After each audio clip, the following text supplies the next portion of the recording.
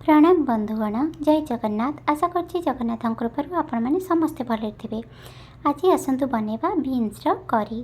Beans करी बनवाई एठी मु नेइछि धनिया पत्र, अदा, तेजपत्र, कंचा लंका, जीरा, नड़िया खंड बा नड़िया कोरा आपण नहीं पारिबे, आउ टमाटर। ये सबको मुझे गोटे ग्राइंडर रे देई भल से बाटी नेबी। देखंतु एठी मु ग्राइंडर रे दे दउची कंचा लंका। आपण मानकर राग केमती खाती से हिसाब रे नेबे। जदि आपण माने कम खाउथिबे ताले कम नेबे, जदि अधिक खाउथिबे आपण माने अधिक नहीं पारंती।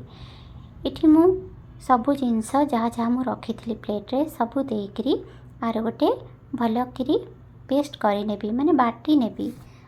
देखंतु बंधुगण, एठी मु नड़िया खंड दे दउची, आपण माने एठी नड़िया कोरा भी दे पारंती। देखो धनिया पत्र मध्य मु किछि बाटुची आ किछि रखिबी, जोटा कि मु पछरे पकेबी। सतरे बंधुगण, गोटे बड़ समस्या जे रोषेई कौन करिबा, कौन बा रोषेई करिबा। साधा दिन तो आहुरी चिंता जे कौन रोषेई करिबा। गुरुवार ही गले समस्त चिंता बढ़ी जाए। देखंतु एटी मु बीन्स गुड़ा नहीं जाइछि। आ बीन्स आ आलू को मु कौन करिबी ना, एठी छोट छोट करी आलू सरू सरू लंबा लंबा करी काटिदेवी। देखंतु मैं गोटे कड़ई बसई नहीं, कड़ई को गरम होगापी छाड़ी देछि। एठी मु बीन्स आ आलू को यही टाइप रो काटी देछि। आपण माने छोट करि पारंती, बड़ कर पारंती, आपण मानक मन पसंद रो करि नेबे। देखंतु कड़ई तो गरम होई आसिलानी। एबे मु ता देरे गोटे रु 1.5 चामच तेल दे देछि।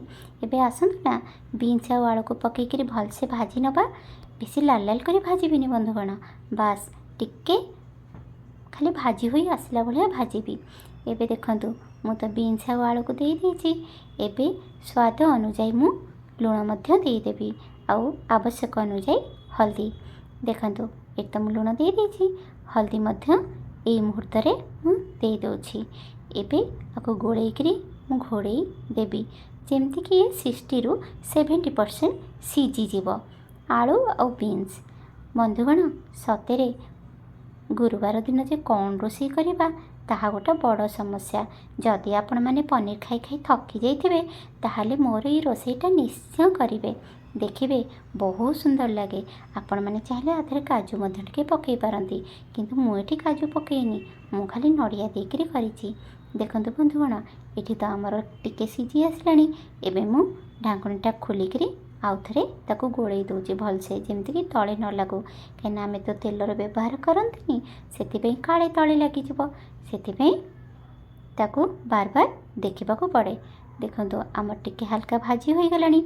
एबे मु कोन करूछि, गोटे प्लेट रे काढी नउछि। आपण माने चाहिले भल से तेल देकरी आउटिरे लाल लाल करी भाजी परिबे, बट मु एमिति भाजी करी नउछि। एबे सेई कड़ई रे मु कोन करबी, आ गोटे रु 1.5 चामच तेल देबी। तेल देकरी ताधर आमे जो तेजपत्र रखिथिले से तेजपत्र को चिरिकरी मु देदेवी। तेजपत्र टिके भाजी होई आसिले आमे जो मसला बाटिथिले टमाटर, जीरा, जीरा, धनिया पत्र, अदा और जो नड़ियार से पेस्ट को मु एठी दे दउछि। टिके लागिथिला ग्राइंडर रे, ताधरे मध्य पानी टिके देकरी मु एथिरे दे दउछि। मसला को आपण माने भल से कसिबे। देखिए ए नड़िया देकरी बीन्स तरकारीटा केते बढ़िया लगुची, पूरा मंदिर भलिया ही लगे। आपण माने पछरे चाहिए गोलमरीच आउटे गरम मसला ता संगे टिके गुजराती लवंगर टिके पेस्ट मध्य दे पारिबे, बहुत भल लागिवो। हाँ बंधुगण, तरकारीटा मो निज पई करूची, सेथिपई आधरे लंका गुंड पकाउची। झियो मोर खाइबनी, झियो खाइथिले ना मु केबे भी पकई न थांती, आउ केही भी खाइबेनी। ए तरकारीटा मु मो पई करूची। टिके जदि सासु ससुर खाइबे खाइबे, किंतु तरकारीटा मु मो पई करची, सेथिपई टिके आज लंका गुंड पकाउची। देखंतु मु मसला घोड़े घोड़े करूची, कहीं हाथ को पड़ुथिला तो सेथिपई। देखंतु मसला तो हमर कषा होची, मु आको आउ थरे मध्य घोड़े देबी, जेमति कि मो हाथ को छिटा न पड़ू। आपण मानक हाथ को जदि पड़ुथबो आपण माने कौन करंती मते निश्चय जणैबे। देखंतु आम तो मसला कषि होई आसी गलानी। आको आउ टिके 1 रु 2 मिनिट भल से कषिबा। जेतेबेले आमर पूरा मसलाटा टिके ड्राई ड्राई हो देखंतु एई स्टेज रे आमे कौन करवा जो बीन्स आलू को भाजी रखी सेटा को पकईदबा। देखंतु एठी मु पकई दउची। हाँ बंधुगण आमर ये 70% सीझी जाइए आउ 30% एठी मु गोटे रु 3 मिनिट आपको एमती घोड़े घोड़े कषी थी। बंधुगण जदि मोर रोषे आपण मानक भल लगुथिबो तेबे please like share comment subscribe निहाती करें आ मते कमेंट निश्चय जनइबे जे मु आपण मानक पई की रोषे करि पारे। आपण माने मते जो रोषे कहबे मु चेष्टा करिवि ताको करबाको। देखंतु आम तो भाजी होई आसी गलानी। एई मुहूर्त रे आपण माने ठंडा पानी कि गरम पानी दे पारंती। जेहेतु मो पाखरे उषुम पानी थिला तो मु सेई उषुम पानी रो व्यवहार एठी करिवि। देखंतु आको मु कषिची मिनिमम 2 रु 3 मिनिट ही मु कषिची धीरे माने सिम करिकरी 2 रु 3 मिनिट कषिची। तापरे मु जाइकरी आधरे गरम पानी दउची। देखिए ये तरकारीटा करी निश्चय खाइबे आपण मानकु ना बहुत भल लागिबो। आशा करूची आपण मानकु भल लागिबो। आपण माने आवश्यक अनुसार पानी देबे आ ताको फुटिबा पई छाड़ी देबे। एठी मु घोड़े करी नेइची काहेकि हम जो 30% थिला सेटा जेंती भल से सीझी जीवो बीन्स गुड़ा। आपण माने जदि भल से भाजी करी नहीं थिबे माने तेल अधिक दे भल से लाल लाल करी भाजी नहीं थिबे ताले आपण मानकर एते समय लागिबनी। देखंतु पानी तो हमर फुटी आसिलानी। एबे आमे घोड़े दबा। घोड़े देकरी मुको 2 रु 3 मिनिट हार्डली 5 मिनिट छाड़ी देइथिली।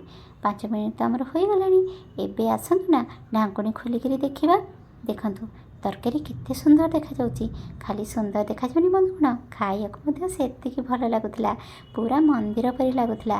आ एई मुहूर्त रे आपण माने जदि धनिया पत्र को टिके गरम मसला दे देबे आहा बढ़िया लागिबो। आपण माने चाहिले एई मुहूर्त रे मध्य तरकारी को बंद करि पारंती नहले आपण माने टिके झोल मध्य रखि पारंती। किंतु मु एठी पूरा सुखा सुखा करि देइथिली काहेकि ना जेहेतु मु डाली करथिली सेथिपई मु सुखा सुखा कर देइथिली। आपण माने जदि रोटी सहित खाइबे ताहले टिके एमती पानी पानी रखिबे बहुत भल लागिबो। केबे एमती करी खांतु और मते कमेंट निश्चय जणांतु। एबे आसंतु देखिबे ना हम लंच थाली रे कोन अछि। देखंतु मजे केते प्रकार बनैछि। जय जगन्नाथ।